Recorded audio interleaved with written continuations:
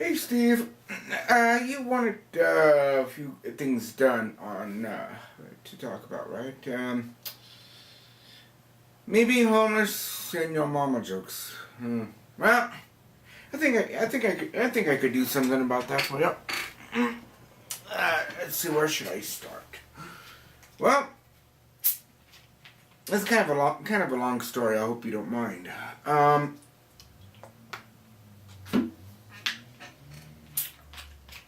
Uh, well, the year was 1999.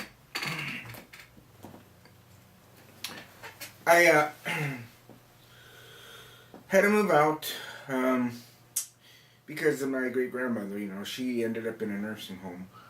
My great grandmother, took care of me, since the day about 6 months after I was born. My father tried to kill me when I was 6 months, but that's a different story. So anyway, in 1999, I met this gal. And, she wanted me to move in with her family, right?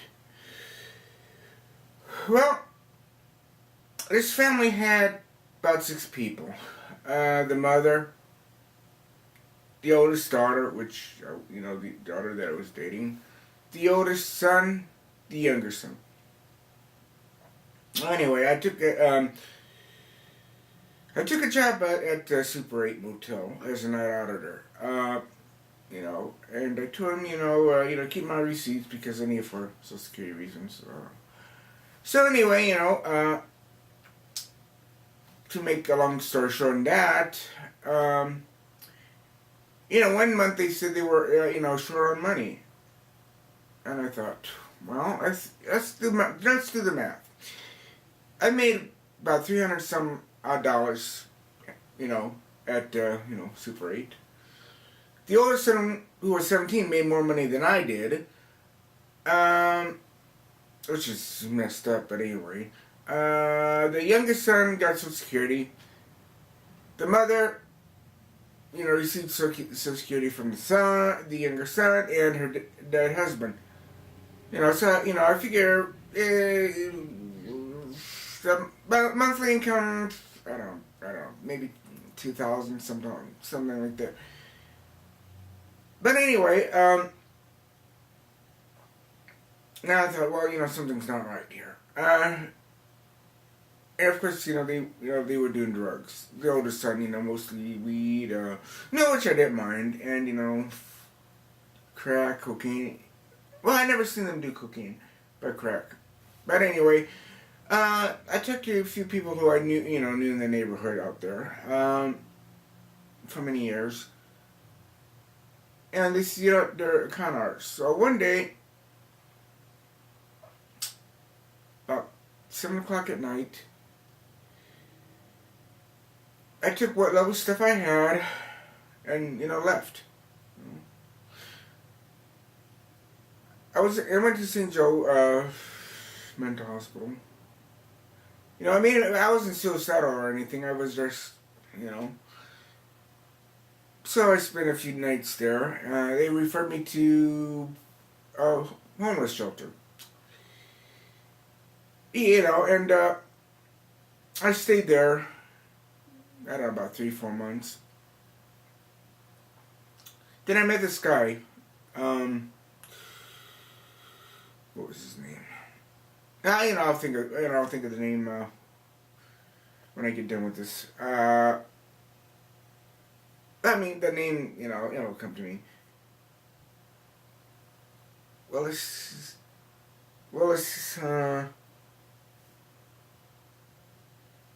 somebody. But anyway, this guy, I was waiting for the bus. He pulled up and says, "Hey man, how would you like to live with me?" I says, "Yeah, what about rent, man?" He says, "Don't, forget rent. Just keep me company." He was about 67, retired. He says, "Sure." He says, before you move in, I want to, be honest with you." I says, "Yeah, sure, go ahead. I'm gay." I says, "Yeah, so?"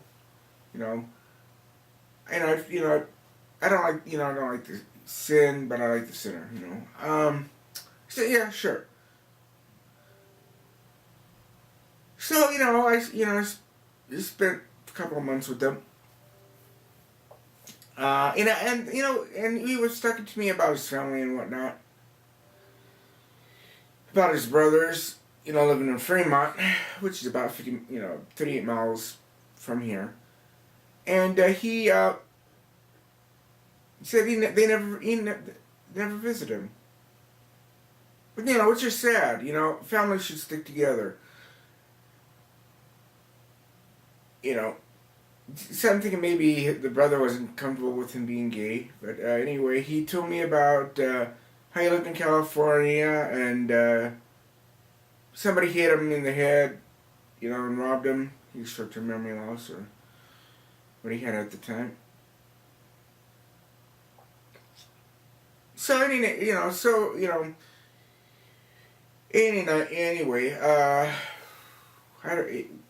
was great. Somebody to talk to, older than me, to get history and all that good stuff in life, So anyway, one night, this is about maybe 5, we went downtown. This was around maybe May 5th, 2000. Yeah, it was May 5th. Anyway, he was a nice guy. He was known to bring in homeless people, people he didn't know. I mean, I was never robbed or beat up or anything. So, we were downtown at the Jean Leahy Mall. I told him, you're a nice guy, you're like a grandfather to me. Since mine died in 63, I don't, never met the guy. He died of a heart attack. So anyway, we walked around the mall and he says, you're a nice guy, but you're going to get hurt. I have a feeling you're going to get hurt one of these days. And I just said, I'll worry about you. You're a good man. So anyway, we went back to this place. And around 10 o'clock, one of the guys, woke me up. He says, fire, fire. So luckily, the window was on the first floor, so I didn't have to jump out or anything. I made it out alive, thank God. God must have a purpose for me still. But anyway, the house was on fire. I went to every house, yelling and screaming, call the cops, fire, fire. Nobody answered. So finally, I don't know who called, they put the fire out. The cops, of course, took me in downtown to question me, about the fire. I told them what I knew. I was sleeping, So the next day, I came back to get what I had, which wasn't much. I found out it was arson. He didn't make it. Smoke inhalation. I was kind of bummed out, I kind of got attached to the old man. So anyway, it was in the paper, and the Red Cross took me and, got me to, a place to live for a while. But anyway, that's another story. That's, I guess, really the story about me being homeless. I mean, I was, homeless. I mean, I didn't mind it. I mean, I wanted a place of my own, yes, but the people that I met, being homeless, made me look at life differently. To appreciate what you have, Anyway, you, Steve, wanted your mama jokes. Well, let's see.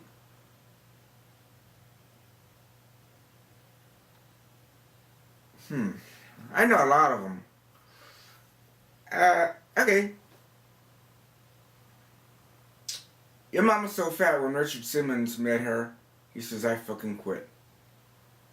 Your mama's so fat when she walks into a theater, the projectionist thinks she's a screen. Your mama's so cheap she can't pay attention. Your mama's so ugly the dog gave her a bone. Your mama's so stupid. When they say quarterback, she thinks of a refund. Your mama's so fat she has her own zip code. Your mama's so fat when she walks down the street, the children run. Your mom's so ugly when she looks in the mirror, the reflection runs. Your mama's so fat, if she sat on a rainbow, Skittles would be coming out. Your mama's so fat when she farts, people think it's a hurricane. Your mama's so fat, she has a zip code, her own zip code. Your mama's so fat, they had to build a house around her. I think that's all I can think of right now. I mean, oh, your mama's so fat when she jumps into the pool's empty. Your mama smells so bad, a skunk throws up. But anyway, I guess that's some of my your mama jokes. Well, not mine. The first two about the theater and Richard Simmons was mine, but the rest is, I don't know. Somebody made them up. I know in '88 I was the Yo Mama King. Somebody came in with something, I came right back. Which is a good honor, I usually don't say your mama because I say my mama or mama, dada, or, something, But, it's all in fun not to, cut anybody's mother down. Because, I know what it's like to be cut down. Well, this is Mr. Humor number 5. Any more information that you may have about me, let me know. I'm happy to, tell you what I know. Sorry for this, whatever. The sun's kind of to the... But anyway, thanks for tuning in. Thanks for seeing my shows when they're actually on. But, peace out, man, Live life, And Steve, keep on doing your music, man. You do have a talent. So, I am out.